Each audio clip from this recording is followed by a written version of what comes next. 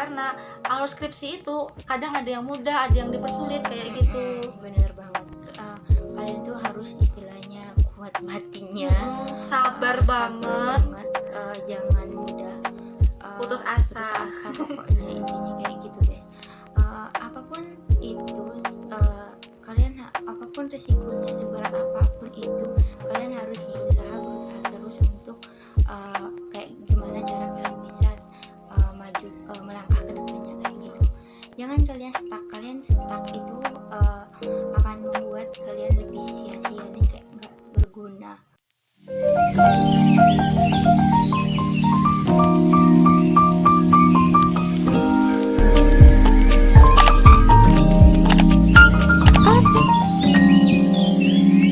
Halo guys, welcome to Desa YouTube. Guys, tips khusus untuk mengerjakan skripsi yang pertama itu adalah kalian bisa menggunakan aplikasi Mendeley.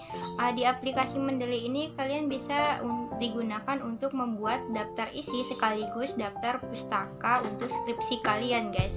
Nah, selain itu dengan menggunakan aplikasi Mendeley kalian juga bisa mencari referensi untuk menunjang materi dalam pembuatan skripsi kalian juga. Benar. Nah, iya banget. Menunjangnya dari segi apa sih? Salah satunya itu misalnya nih, kalian kadang itu banyak bermasalah, bukan kalian, maksudnya kebanyakan kita sendiri ya. Kalau misalnya menggunakan daftar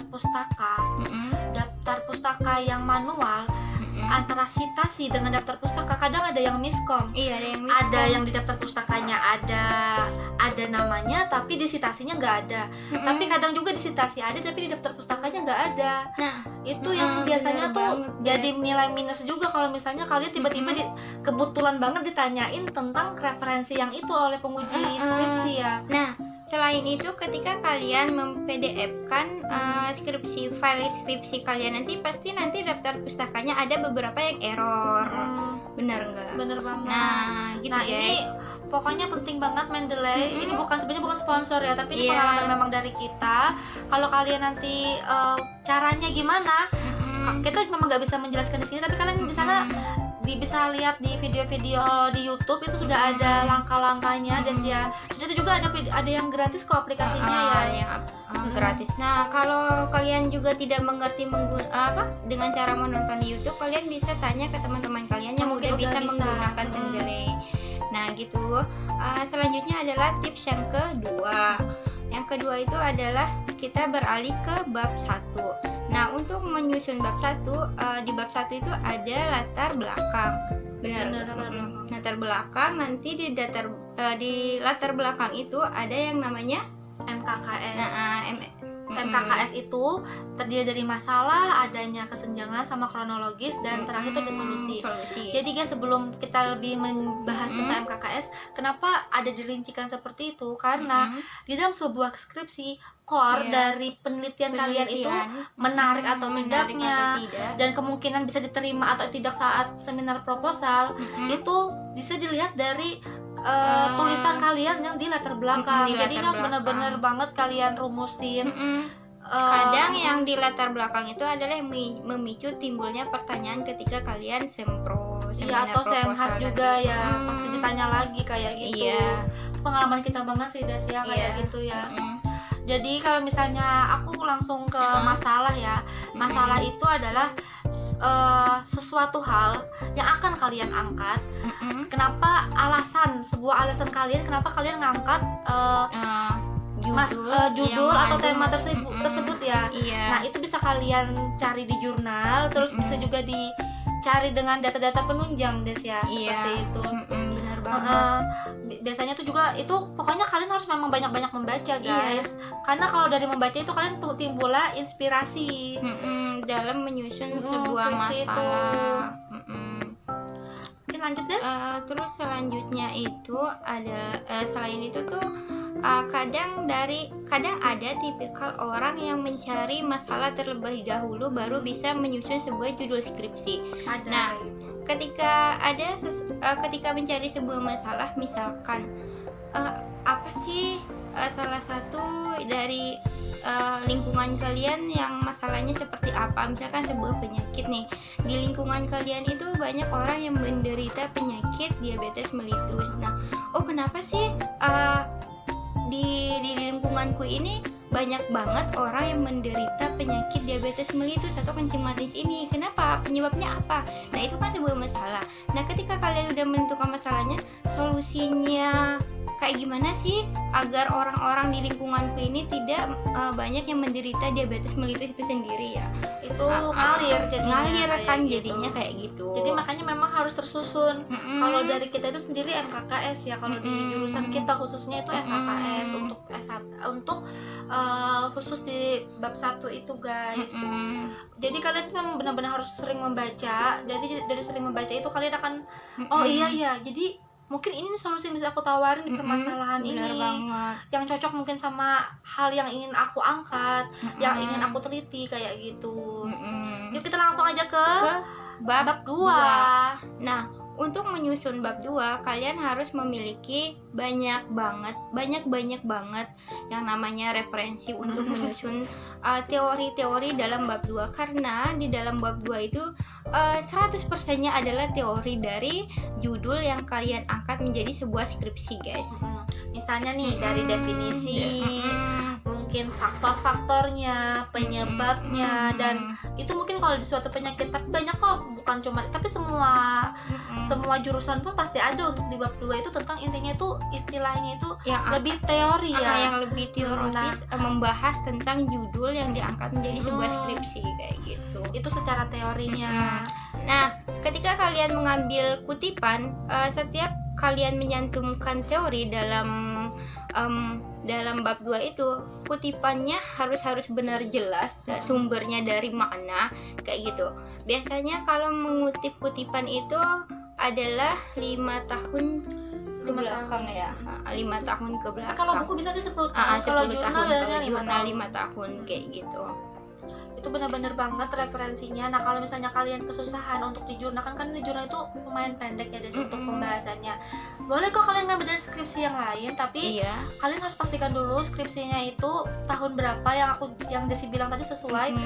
Misalnya ada batas minimal misalnya 5 tahun. Kalau misalnya sekarang 2020 berarti batasnya itu tahun 2015 kayak gitu. Nggak boleh lewat dari tahun 2015 untuk mungkin skripsi, untuk jurnal kayak gitu. Tapi kalau buku itu masih bisa 10 tahun Des ya. Berarti kalau sekarang 2020 berarti bisa sampai 2010. Nah, itu masih bisa dikatakan valid untuk ini, untuk dijadikan referensi dari penelitian kalian kayak gitu. Terus kita beralih ke bab 3. Nah, bab 3 ini adalah alur cara kalian dari masalah sampai solusi yang akan kalian jabarkan di situ. Ya benar nggak sih? Seperti ini, untuk bab 3 itu lebih ke kerangka konsep, namanya itu biasanya kerangka konsep. Kalau di kita kerangka konsep, kalau umum mungkin alur mungkin ya. Nah, sejenis itu kerangka konsep itu isinya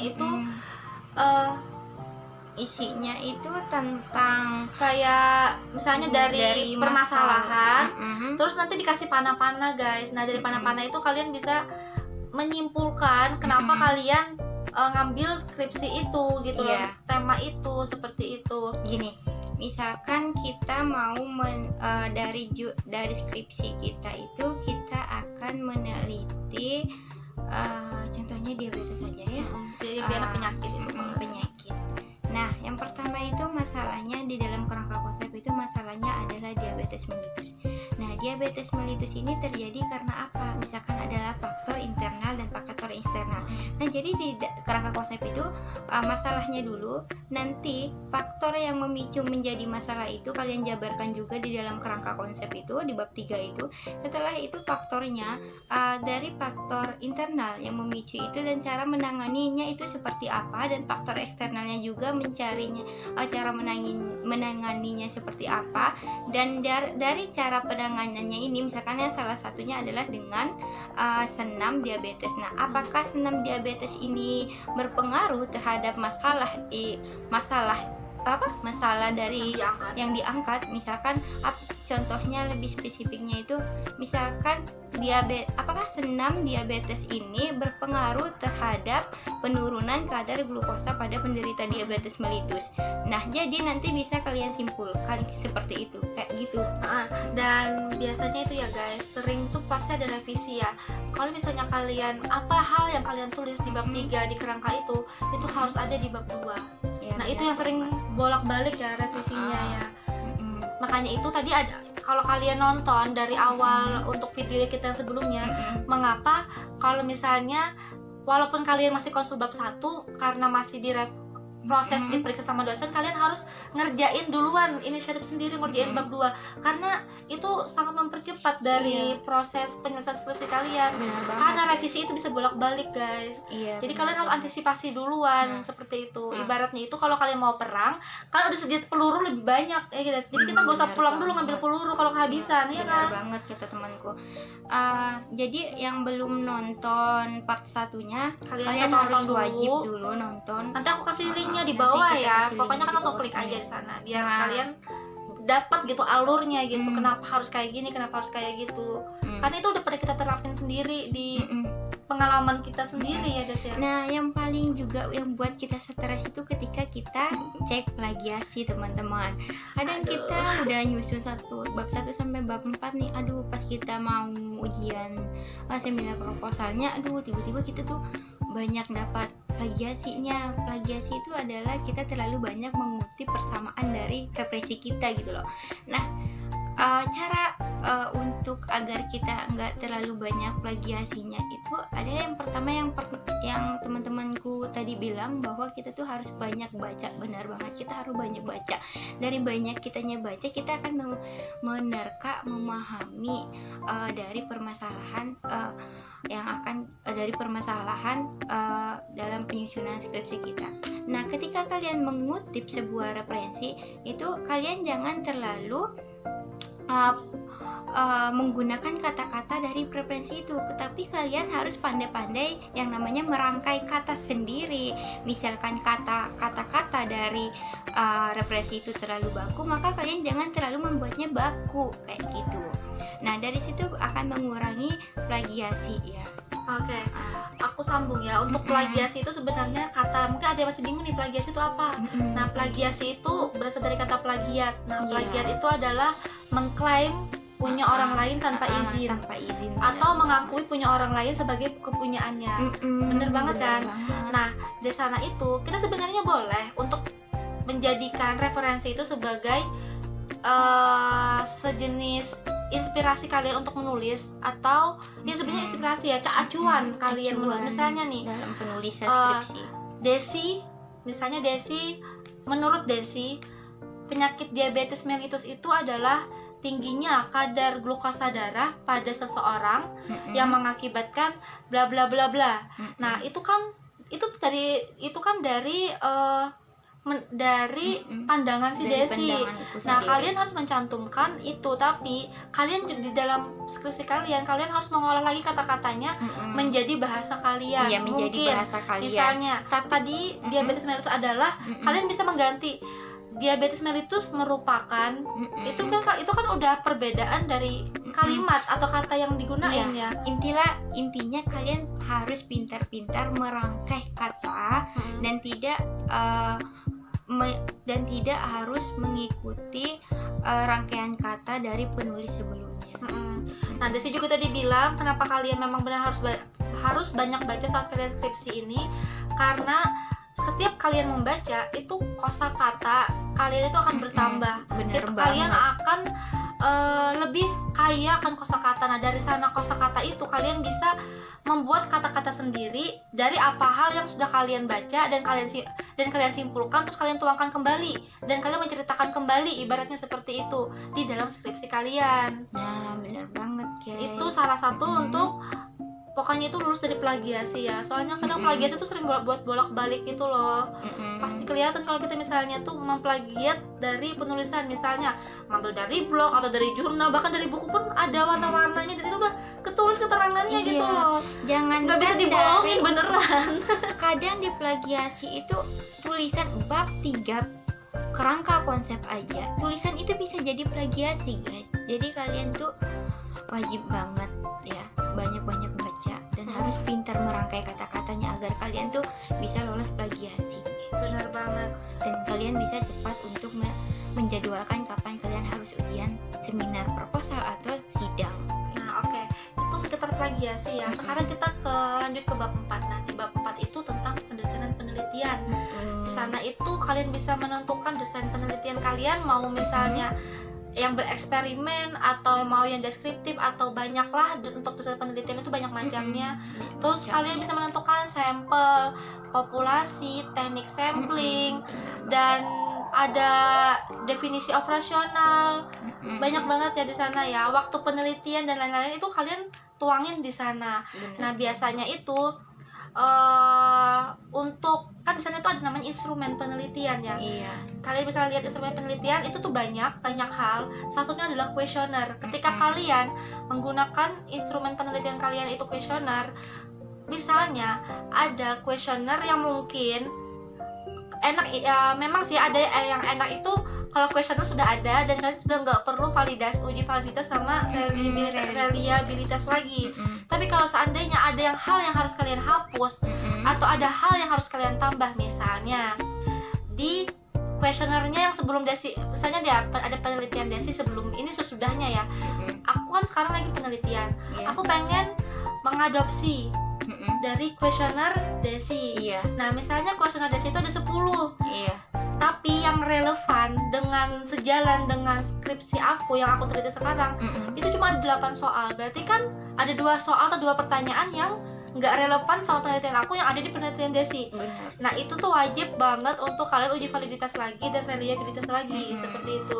Untuk gimana sih cara uji validitas itu? Nah, kalian uji validitas itu bisa kalian kuesioner yang sudah kalian rumuskan sendiri. Misalnya kan tadi di desi 10 aku ambil 8, berarti cuma 8 pertanyaan itu yang aku pakai. Aku akan nyebarin itu untuk misalnya minimal itu 30 orang responden. Tapi responden yang mungkin serupa itu misalnya aku pengen meneliti tentang bencana longsor di desa B. Nah, aku karena di desa A juga ada sering longsor mungkin tapi tidak terlalu parah, aku bisa nyebar uji validitas itu untuk kuesioner uji validitas itu di desa A. Tidak boleh untuk di desa B yang bakal jadi responden kalian. Seperti itu. Nah, itu nanti ada penghitungannya menggunakan SPSS ya biasanya, lebih cepet ya. Benar itu banyak banget alurnya, itu banyak guys, karena skripsi itu nggak segampang itu gitu loh. Jadi makanya kenapa kalian kalau ada waktu lebih baik kalian ngerjain skripsi dibandingin kalian main-main itu boleh sekedar refreshing, tapi jangan keterusan main karena alur skripsi itu kadang ada yang mudah, ada yang dipersulit kayak gitu. Bener banget. Kalian tuh harus istilahnya kuat batinnya, sabar banget. Jangan mudah putus asa pokoknya intinya kayak gitu guys. Apapun itu kalian apapun resikonya, seberat apapun itu kalian harus berusaha terus untuk kayak gimana cara kalian bisa maju melangkah ke depannya kayak gitu.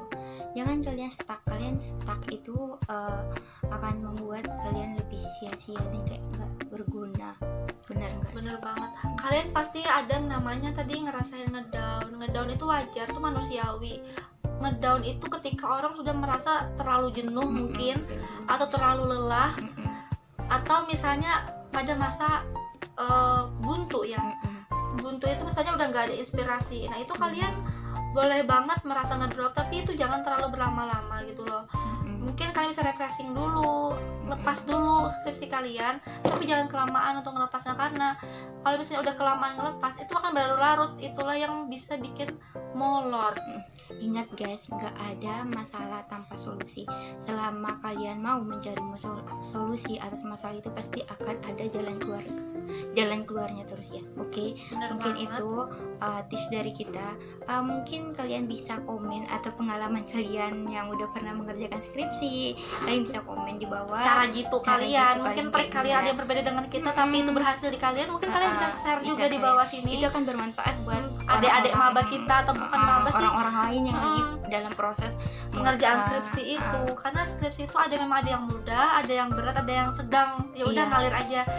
Nah itu pengalaman seperti itu menurut aku sangat bermanfaat, mungkin bisa dicoba juga gitu ya kalau memang udah pernah orang berhasil seperti itu.